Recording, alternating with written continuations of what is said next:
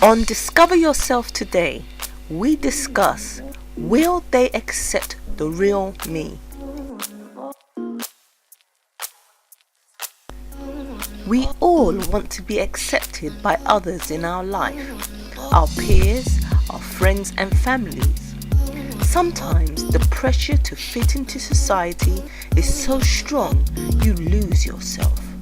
The real you gets trapped inside, and fear of exposing who you want to be is overshadowed by the thoughts that you may not be accepted. So how does one overcome this dilemma? Should you fit in to what others expect you to be, or should you take the chance and be who you know you can be? The thing about wanting to be accepted is maybe that form of acceptance is going to stop you from walking into your destiny, because you are going to conform to something that you're not supposed to do, and then you can never break out into what your dream is, what is inside you for you to really achieve in life. You know, and I think so many people are stuck in that prison of wanting to fit in so desperately that they've got a dream, they've got a desire to be who, you know, they dream of and everything, but the fear of stepping out and being different from everybody else around them. Yeah, from the crowd. If you know, someone said, and obviously which makes a whole lot of sense, if there are two of us, then one of us is irrelevant. Yeah. I mean, and that really is the crux of the matter. If you are like me and I am like you, then there's no need for one of us. So that's why we are created uniquely. Yeah.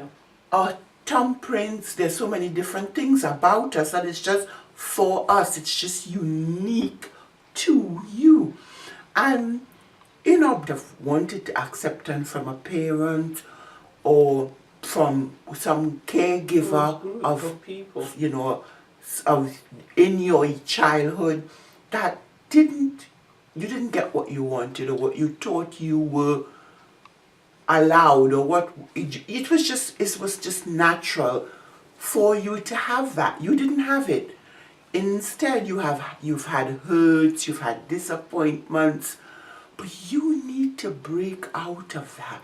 You need to leave them behind. As you're talking, I'm seeing people sitting there thinking, oh, but I'm unique and I'm different. Because I think a lot of people do feel that, you know, in their mind, they think I'm unique and I'm different, so it's not relevant to me what they're talking about. But at the same time, it's like, you know, a teenager, they want to be so unique and so different. What do? Do what everyone else does. That's just doing exactly. Oh, I'm going to be unique, I'm going to be different, so I'm going to put tattoos all over myself. Everyone's got a tattoo now because they want to be so different. Yes. But yet everyone's got a tattoo. So they're the same. Yes. Yeah. Or they want to be a goth because I want to be so different. I'm going to wear all the black and I'm going to wear everything. Yeah. And they end up being the same as everyone else. Everybody else. I want to be in the designer crowd. I'm different. I've got a different designer bag. But yet it's all the same. So really we have to take a real look at ourselves and realize that in our minds we feel that we're different, but really it takes courage to be different. It does. And to look and to stand out from the crowd. From the crowd. Yeah. Are you a leader or are you a follower? Yeah, are you a leader or you're a follower? Or you're a follower. Because I was saying to you, I was doing this course a while back, a radio course, and when I got to the station, everyone on that course were just using expletives. Every second word was an expletive. And I just sat there and I said, sorry, but I don't swear. I don't use that language.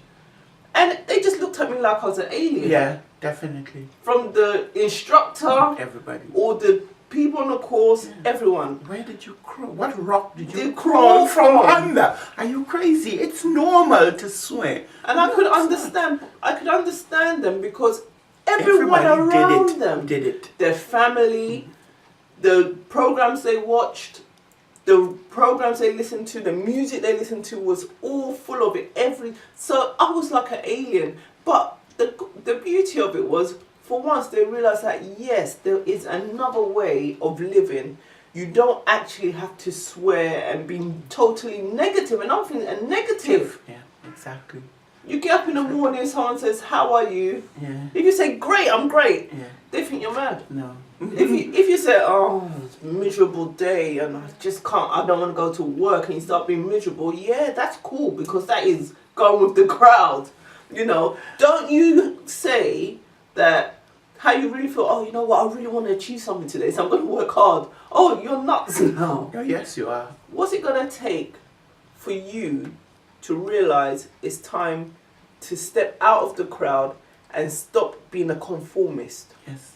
As we were saying on one of our programs, we're talking about the words that you live under. You know what is the greatest one, though, as well, is the words that you speak about yourself and your situations. Because you don't have what I say, you have what you say. Absolutely. You understand?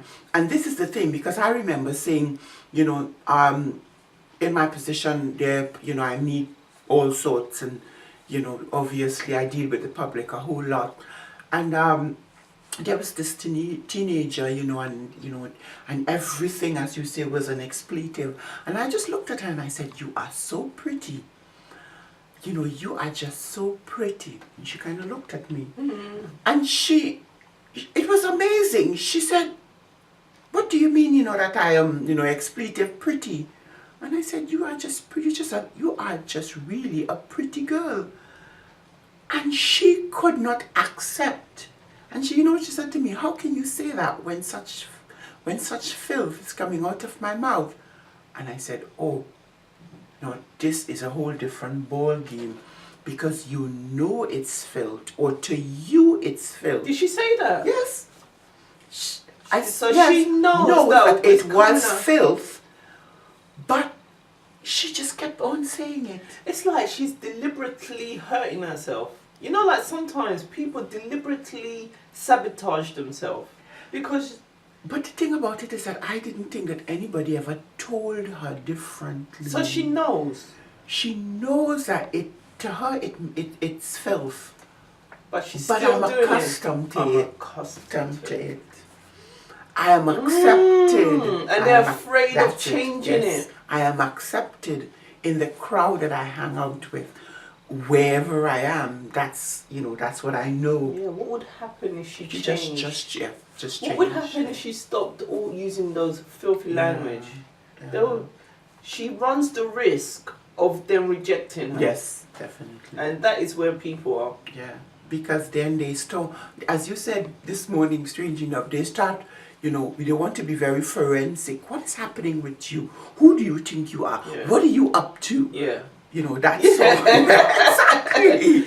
And these are the Well, things. the real whoever come back. Yeah. You know, where's the real you? And Yeah. it's like, you know, listen, how do you know who the real I am?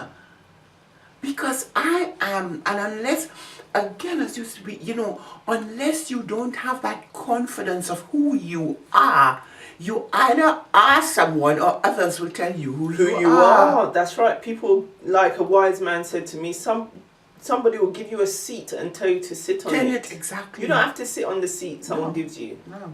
You know, you choose You where choose you sit. exactly to sit. Yeah. And people love doing that. People love doing that, and they get upset with you because what happens is, honestly, this is the truth of life. When you present yourself to someone, they judge you. Yes, they do. They judge you. They judge what they expect from you. Yeah. They think you can accomplish this. You talk well or you don't talk well. You didn't dress right. So they've analysed the whole you, and they set like a bar for you. Yeah. But if you start to act in your own unique way and you surpass that, now they don't really know quite what to do with you. There's two people now. The thing about it though is that when they set that bar, if you meet it, the bar just goes higher. It depends. You know, some people don't know what to do with it. You know, some people, if they sit you there and you decide that actually I'm quite flammable, I can talk, I'm sociable, I'm okay, you know, I'm happy with myself, they can get upset with that. They can. Or if it depends on that person anyway, they can open. They will become upset.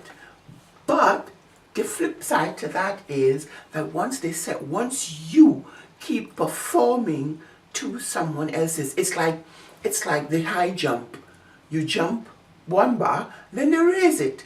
And then you reach to that place where, listen, I can't keep jumping this bar all the time. So you're not a performer. That's it. So it's like, whose drum beat are you dancing to? Yeah, good. Your own or someone else? Yeah, true. Your mother? You know, Yeah. because especially parenting is such an extreme responsibility.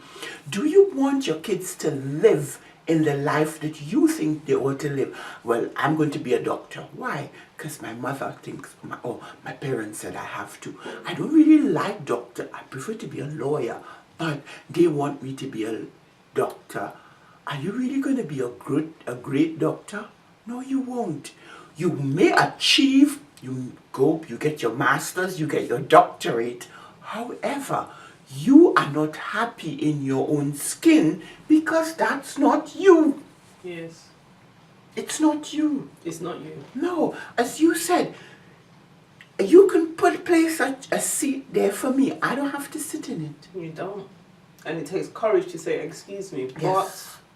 I've got my own seat to sit in, thanks. It's like a friend. It's like, again, someone that we know. He was taking his Mercedes to get it serviced.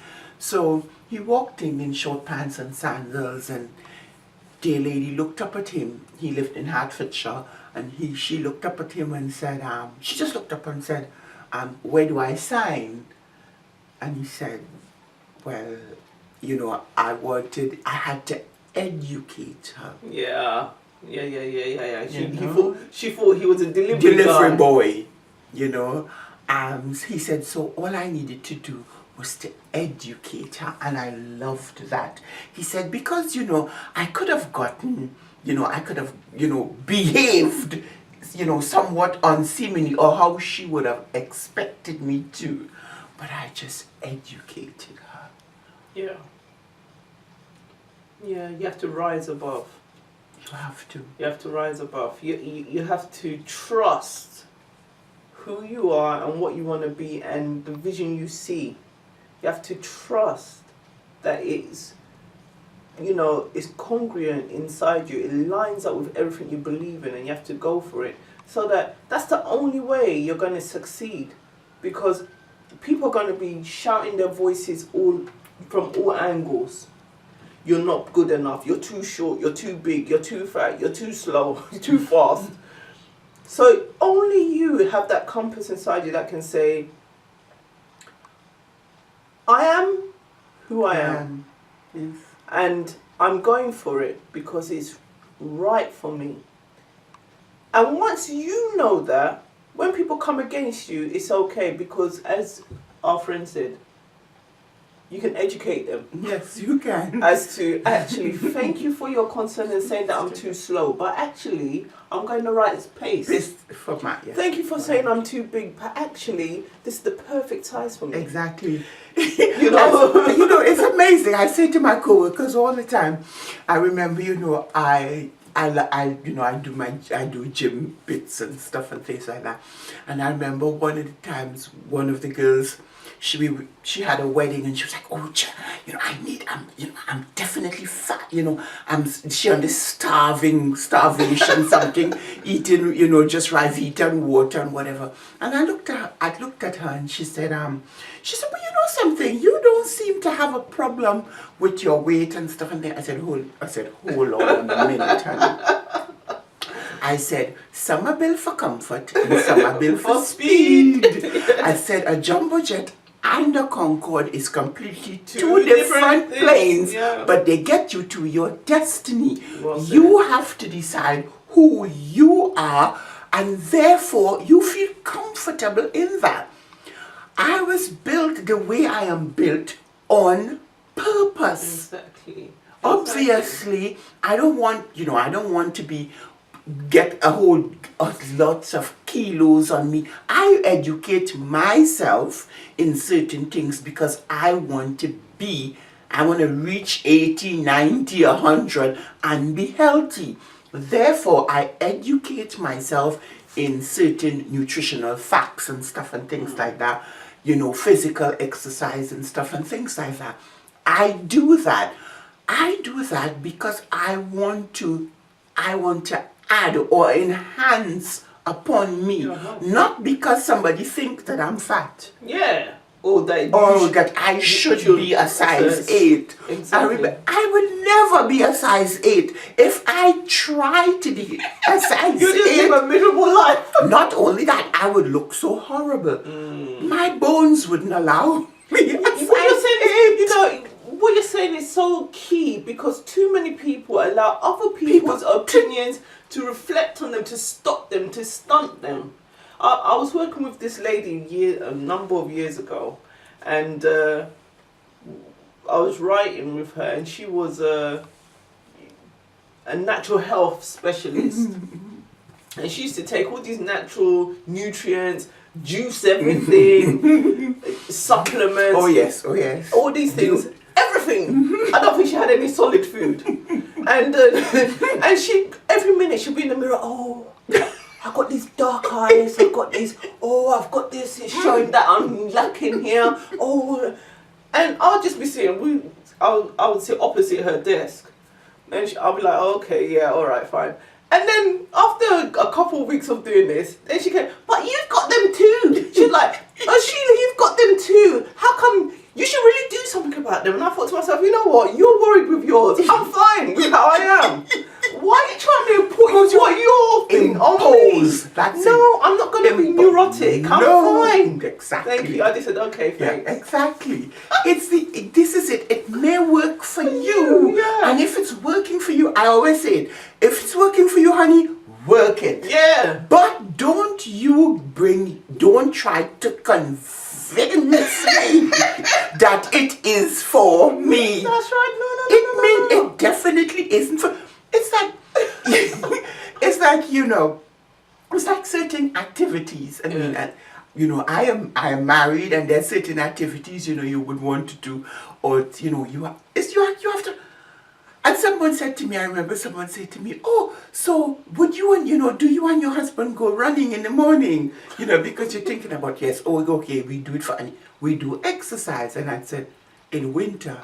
And I said, listen, I am a night, but my husband is not a very early morning person. So there are times that if it's up to him, if he wants to do it, we do it together. Other than that, if I want peace in my home, I do not. You're not going to force him. Or we need to run every morning, or we need to exercise every morning, or we need to do that. No, we don't need. Listen, we need peace. We need to live our lives to the fullest that we can live them. And this is why life has been given to us, to enjoy it, to live it, to within the best of our ability, to really enjoy life, not to merely exist. Exactly. So the main thing about being accepted is that first you have to realize that each of us have a vision for our life. Now you have to walk towards that vision, and if people are forcing you into their clique and their vision, it's going to stunt you or stop you from getting into what you're called to do. You're never going to make it. So you have to be forensic in that way. You have to analyze, I'm going to destination, I don't know, air hostess. And all my friends are afraid of flying.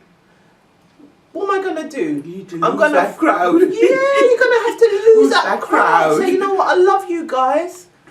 You might not like me for this, but I definitely need to be an air hostess, so I'm going to sit on the plane. So I'm gonna leave you behind. Those that are for you will say, go for it. And those that are not will just be upset with you. But you know that you've cut the ties at the right place. Otherwise, if you're going to say, well, I don't want to lose my old friends, so I'm going to sit with the ground people. Yeah. You're going to You won't take off. You won't take off. But it's the thing about it is that once you have to understand as well the categories of people that comes into your life. Some people come for a reason, some people come for a season, and some people come for life.